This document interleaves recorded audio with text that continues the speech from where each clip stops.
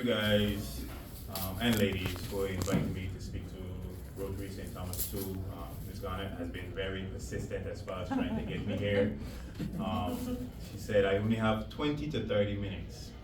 I could take 20 minutes just to introduce myself. So there's not a lot of time for myself or Mr. Thomas to explain the great things that we have going on at the Department of Sports, Park and Recreation.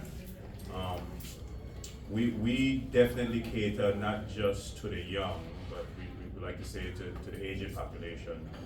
The governor has had a great push within the last 2 years since COVID, focusing on senior programs, getting people out of the house to walk, exercise. We had our Best Life program that's been put on hold right now, but we plan to start that very, very soon. I am going to call Mr. Thomas up because he is responsible for overseeing all of the SPR programs. I'll let him tell you a little bit about some of the things that we have going on, both young and old. And then if we have more time, then I'll let you know about some of the major projects that we have in the community that it's probably going to be completed this year. I've been telling people that this is going to be a great year for the department because we are finally going to see some of our facilities do ribbon cuttings, open back out to the public, finish, new lighting, new structures, stuff like that. So I'll ask Mr. Thomas to come up and just give a brief overview of some of the programs that's going on and how, if any of you are interested in being involved in those programs, children, grandchildren, how you may get in touch with the department. Afternoon again, Kirk D. Thomas, District Administrator, St. Thomas St. John, Sports Park and Recreation. Commissioner said give an overview. Basically, we have a lot of things going on right now as far as baseball. We have the RBI territorial, it's a territorial program, it's the RBI baseball for ages 15 and under and 23 and under. One of the few baseball related aspects that actually covers the ages of 21, 18 to 23. Much other organizations cover up to the age of 16, so we extended up to ages of 23. A new program we're trying to put in place, it's called Brick by Brick. It's actually a Lego program, a Lego building program that we're seeking sponsorship or funding for. It's approximately costing about $30,000 to put the program in place. It's to buy the equipment, which it's a territorial program, so it covers St. Thomas, St. John, St. Croix. We've been seeking sponsorship. We have talked to a couple companies, so right now we're in the process of hopefully gaining some partnership with some of the businesses in the community. It's more related to encouraging future possible engineers or people into building, starting to build stuff. So that's a whole new entity that the department is trying to put online. Outside of that, we have DSPR Amazing Race, which is another territorial program that we're trying to shoot for April, May. This would actually cover again territorially. We bring in the DSPR, the Amazing Race kind of event. Are you familiar with what the Amazing Race is? Some type of scavenger hunt? Explain. So the Amazing Race, it plays on CBS. Is where teams are put together. We are more or less 4 teams of 4 or 5 persons traversing between. Right now we're starting on the island in the St. Thomas St. John district. So it's cultural based. Questions will be put, clues, and you have to figure out the clues to go to the next spot. There's roadblocks, there's detours. So right now we have a few companies, a few businesses that's on board with us, but I will not reveal those because that's actually some of the locations where you have to stop. But it will be something that we're pushing for to get out done April, May. So those are 3 big entities the department is actually pushing. That's territorial-wide programs. As far as individual programs, on the senior side, we got the senior fit lot on the island of St. Croix, which is being heavily utilized. We're hoping on this end, I can't even remember the name out in front, but on waterfront across from the cinder milling, the department just gained that property. Hopefully we could turn that into some kind of fit lot where it's right there on the waterfront. You could exercise from there and head across to the promenade and do your walks and stuff. So we're hoping again, somebody partner up and try to help us build that area up, and that's across from the area of Lucinda Mill and Home. It was there with the reindeers and all that stuff was for the Oh, Christmas yes, season. right beside the steel pan yard. Yes, across the street from the pan yard, adjacent to the stoplight. Yes. That area right there.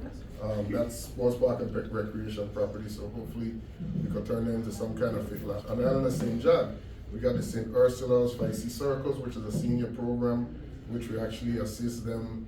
They right now do Bible studies, crossword puzzles, have game nights at the St. John Center in St. John. They come down once, like every other week, to St. Thomas and participate. You know, we take them around to shop, and then they do the beaches on the island of St. John. On St. Thomas, we're trying to get back into the water as far as the aquatic aerobics. That will be on Cookie Point where we started before we lost our lifeguards. Now we're back up to 2 lifeguards, so we should be able to push forward a little aquatic program on Cookie Point Beach for the seniors. That's a short overview.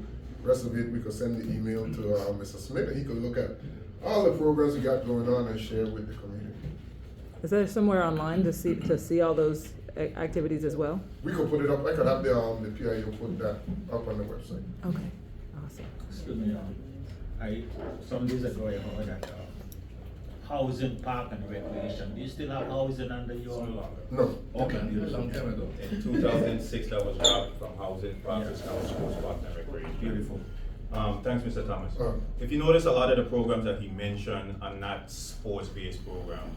We're making a big focus and push as far as doing things other than sports. Not everybody want to play basketball or baseball or soccer. You know, I know Mr. Wilson have a great chess program. We're trying to do unorthodox things that we could engage in our children's mind that may not want to come outside and play sports and whatnot. So that's why we're focusing on a lot, the Lego programs, swimming programs, our senior programs. We want to do gardening.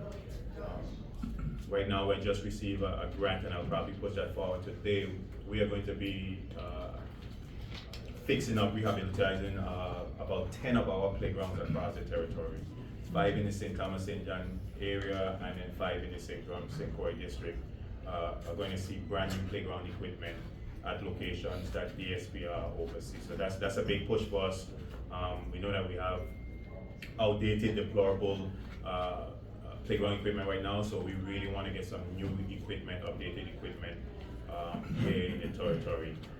Besides from that, we have our annual meeting of the agencies where we get all the government agencies together, do some team building, some motivation, both on the island of St. Thomas and St. Croix. Those are going to be May 2nd and I think March 2nd and March 16th. So the 2nd on St. Thomas and then March 16th on St. Croix, Battle of the Agencies. That would be it for programs. As far as facilities, as I stated, we look forward to a lot of wins this year for the department. Currently, we have contractors working on Emile Griffith Park, Joseph O'Bain. We have a contractor at Alvin McBean right now. We have a contractor at Corin Terrace. We just finished our facilities in St. John. We're probably going to be doing a ceremony up there pretty soon. Brand new tennis court, fencing, bleachers, beautiful, beautiful facility. The basketball court saw new fencing. We redone the basketball court, new basketball rims, and bleachers. So you're gonna see this year at Fairlight.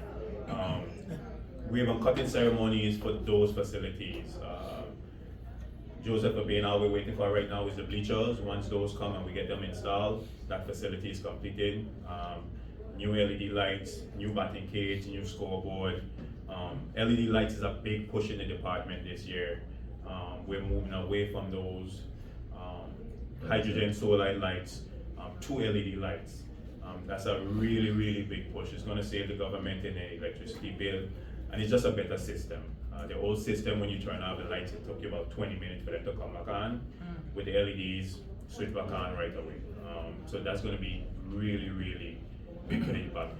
No longer you're going to get a call where Mr. White, it's 1 o'clock in the morning, the lights and French turn off. This new system, you go on your phone, you turn it off on your phone. It's that high-tech and updated. current terrace should be finished by the end of next month. They're installing their LED lights right now, new scoreboard, fencing, that is gonna be complete. Contractors have started at Alvin McBean, couple weeks now. They're getting new lights, fencing, some work done to the office. And then we have some new facilities that we're going to be building. The governor is pushing a sports complex on the eastern end of the island, right adjacent to the pool, where we're going to see a cricket field. We just had a meeting with FIFA yesterday. They have committed to funding that project. You're gonna see a soccer field out there. The Olympic Committee dome is going to be out there that holds the BIOC, where they would also be able to do indoor sports, basketball, volleyball, cheerleading. They're going to be housed out there. Obviously, you already have the track and field out there and the swimming pool. So we're trying to create a sports complex kind of feel where we could increase our sports tourism market here in the U.S. Virgin Islands. We touched St. Croix, this is just St. Thomas. St. Croix, the ever bothersome Harley Joseph Stadium that has been going on for about 14, 15 years now. I am confident that I'm going to be the commissioner to cut the ribbon for that facility. It is moving ahead. Hopefully by the end of the year, we'll be able to really get a good grasp on when that facility is going to be opening.